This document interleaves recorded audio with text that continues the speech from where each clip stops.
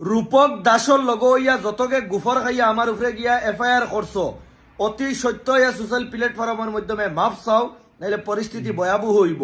আমার পার্সোনাল নম্বর তোমরা পাবলিকলি করছো করিয়া আমার বহুত পেরেশানিত ফেলাইয়া রাখছো। ও তালাকি তোমরা আমি 24 ঘন্টার টাইম বান্ধিয়া দিছি। রূপক দাসর লগ ইয়া যতকে গিয়া এফআইআর করছলাই, তোমরা গলত ইনফরমেশন দিয়া তোমরা আমার উপরে এফআইআর করছো। অতি সত্য ইয়া মাপ চাও, 24 ঘন্টা টাইম দিছি।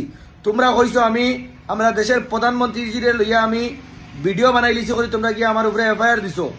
আমরা দেশের প্রধানমন্ত্রীর লইয়া কত মাইনসে ভিডিও বানাইছিলা, তোমরা তারার উপরে গিয়ে এফআইআর দিতে পারবাইনি, দিতে পারতাই না। তোমরা আমার উপরে এফআইআর দিছো, চাইছো আমার মানে কি শক্তটারে লরম করতায় পারতায় না। দীপক দাসরে কইয়া সময় থাকতে সময়ের কাম কর। আমার নম্বর তুই খানু অধিকার পাইছত, কোন জায়গার থেকে তুই অধিকার পাইছত আমার নম্বরটা পাবলিক করবার লাগিয়া? আমি একজন বিজনেসম্যান মানুষ, হ্যাঁ আমার বিজনেসম্যান মাইসর আমার পার্সোনাল যে নম্বরটা, এই নম্বরটা তোমরা দি দিছ পার্সোনাল করিয়া। তোমরা কইতে কালেক্ট করিয়া না পার্সোনাল করছো।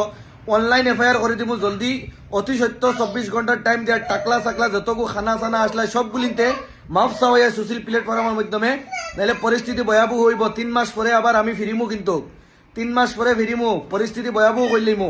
এখন আগে থেকে কইয়া যাইয়া যারা যারা নম্বর পাবলিকলি করছো তোমরা অতি সত্য মাফ চাও, নাহলে মুঠের মাত্র 3 মাস তোমরা গন্তি করো। পরবর্তীকালে পরিস্থিতি দেখবা বিলালে কিতা করি। ভিডিওটা শেয়ার মাই দিবা ভাই হল, যাতে দীপক এই কিতা তার নাম রূপক না কিতা দেন দাস, এই যেন একটা তুই অতি সত্য মাফ চাইতিনি না কিতা করতে করতে জানাই চাইন। তুই না আমার নম্বর পাবলিকলি করছ। যেইবিলাকে বিল্লালৰ ওপৰত কেছ কৰিছে সেইবিলাকক কৈ আছো শুন। বিল্লালৰ এটা গেণ্টা ডালো কৰিব নোৱাৰে, একটা বাল ছিঙিব নোৱাৰিবি বিল্লালৰ, বুজিছ? বিল্লালৰ যি কৰিছে ভালে কৰিছে, একটা কাম বেয়া কৰা নাই। আজি বিল্লালে কৰিছে বুলি তহঁতক কৈ পেলাই কেছ দিছ, তেতিয়া তহঁতৰ হিন্দু মানুহবিলাকে আমাক নবীক লৈ পেলাই অপমান কৰে, তেতিয়া চুপ পাৰানিবিলাক ক'ত থাক? আজি বিল্লালৰ ওপৰত কেছ দিছ, বিল্লালৰ একটা বাল ছিঙিব নোৱাৰিবি। আর ভারতখন নরেন্দ্র মোদীর বাপেগর নহয়, পিতৃ সম্পত্তি নহয়, হিমন্ত বিশ্ব শর্মার পিতৃ সম্পত্তি নহয় ভারতখন, গণতান্ত্রিক রাষ্ট্র এখন। বিল্লালৰ যেখিনি পাৱাৰ আছে অসমীয়াৰো সেইখিনি পাৱাৰ আছে, হিন্দুৰ এটা সেইখিনি পাৱাৰ আছে, একে সমান পাৱাৰ আছে।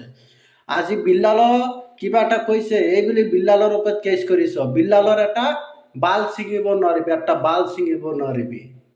আৰু 2 বছৰ 1 বছৰ আগত আলতাফ হুছেইনৰ ওপৰত কেছ দিছিলে, গোটেই অসম লাগি গৈছে আলতাফ হুছেইনৰ ওপৰত।